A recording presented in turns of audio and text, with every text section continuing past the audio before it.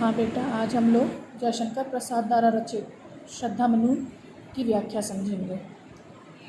जयशंकर प्रसाद जो हैं वो एक रहस्यवादी कवि हैं और इसीलिए उनके जो शब्द हैं वो अत्यधिक कठिन हैं, अर्थात साहित्यिक हैं और संस्कृतनिष्ठ हैं।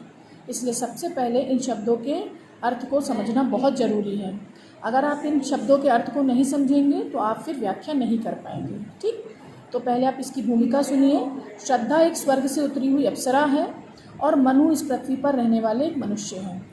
चूँकि वो इस पृथ्वी पर अकेले थे इसलिए बहुत ज़्यादा हताश और निराश थे, और उनकी इस हताशा और निराशा को मिटाने के लिए जो श्रद्धा है वो इस धरती पर उतरी हैं और सबसे पहले उनका परिचय प्राप्त करने का प्रयास करती हैं और उनसे पूछती हैं कि हे तपस्वी, तुम कौन हो?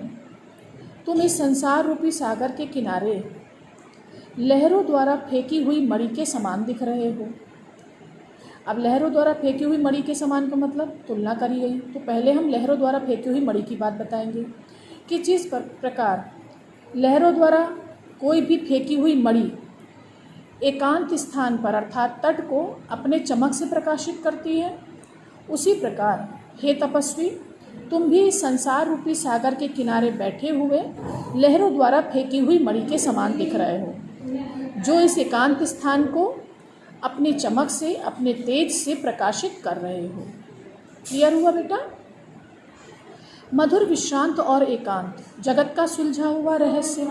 मधुर माने मीठा, विश्रांत माने शांत, एकांत जगत माने एक सूने जगत यानी संसार के सुलझे हुए रहस्य के समान हो, यानी ऐसा रहस्य जो अब सुलझ चुका है।